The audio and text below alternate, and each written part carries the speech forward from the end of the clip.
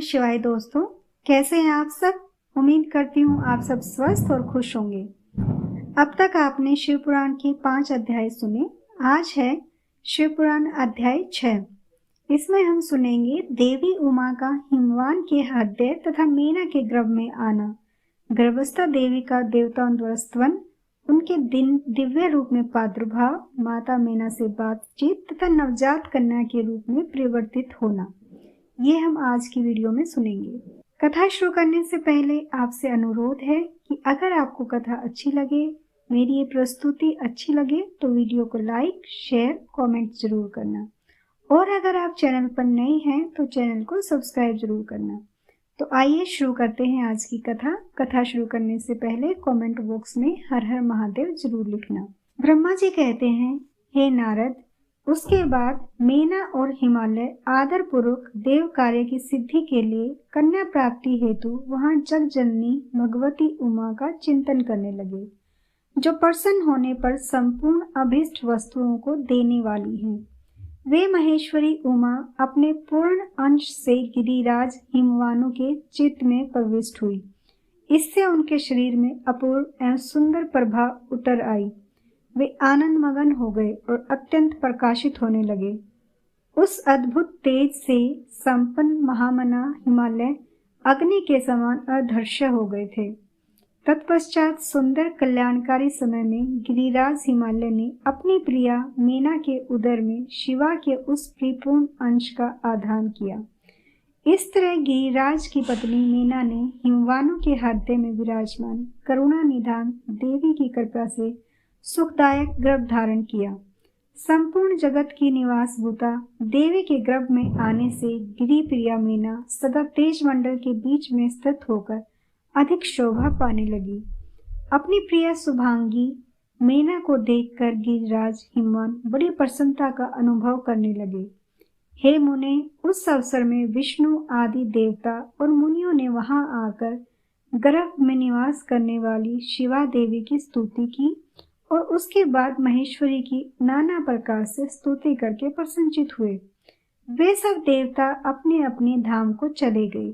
जब 9वां महीना बीत गया और 10वां भी पूरा होने वाला था, तब जगदम्बा कालिका ने समय पूर्ण होने पर गर्भस्थ शिशु की जो गति होती है उसी को धारण किया और जन्म ले लिया। उस अवसर पर आधा शक्ति सती साध्वी शिवा पहले मीना के सामने अपने ही रूप से प्रकट हुई। वसंत ऋतु में चैत्र मास की 9वीं तिथि को मृगशिरा नक्षत्र में आधी रात के समय चंद्रमंडल से आकाश गंगा की भांति मीना के उदर से देवी शिवा का अपने ही स्वरूप में प्रादुर्भाव हुआ। उस समय संपूर्ण संसार में प्रसन्नता छा गई। अनुकूल हवा चलने लगी जो सुंदर, सुगंधित एवं गंभीर थी। उस समय जल की वर्षा के साथ फूलों की वृष्टि हुई। विष्णु आदि सब देवता वहां आ गए।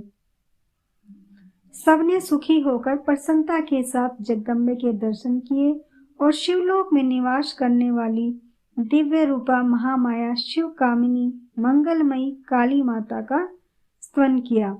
हे नारद, जब देवता लोग स्तुति करके चले गए, तब मेनका उस समय प्रकट हुई नील कमल दल के समान कांति वाली श्याम वर्णा देवी को देखकर अति आनंद का अनुभव करने लगी। देवी के उस दिव्य रूप का दर्शन करके गिरि प्रिया मेनका को ज्ञान प्राप्त हो गया। वे उन्हें परमेश्वरी समझकर अत्यंत हर्ष से उल्लासित हो उठी और संतोष पूर्वक बोली, हे जगदम्बे, हे महेश्वरी, आपने बड़ी कृपा की जो मेरे सामने प्रकट हुई। हे अंबिके, आपकी बड़ी शोभा हो रही है। हे शिवे, आप संपूर्ण शक्तियों में आधा शक्ति तथा तीनों लोकों की जननी है। देवी, आप भगवान शिव को सदा ही प्रिय हैं तथा संपूर्ण देवताओं से प्रशंसित पराशक्ति हैं। हे महेश्वरी, आप कृपा करें और इसी रूप से मेरे ध्यान में स्थित हो जाएं। साथ ही मेरी पुत्री के अनुरूप प्रत्यक्ष दर्शनीय रूप धारण करें। ब्रह्मा जी कहते हैं, हे नारद, पर्वत पत्नी मेनका की यह बात सुनकर अत्यंत प्रसन्न हुई शिवा देवी ने उस गिरि प्रिया को इस प्रकार उत्तर दिया, हे मीना, तुम पहले तत्परता पूर्वक मेरी बड़ी सेवा की। तुमने पहले तत्परता पूर्वक मेरी बड़ी सेवा की थी उस समय तुम्हारी भक्ति से प्रसन्न हो मैं वर देने के लिए तुम्हारे निकट आई।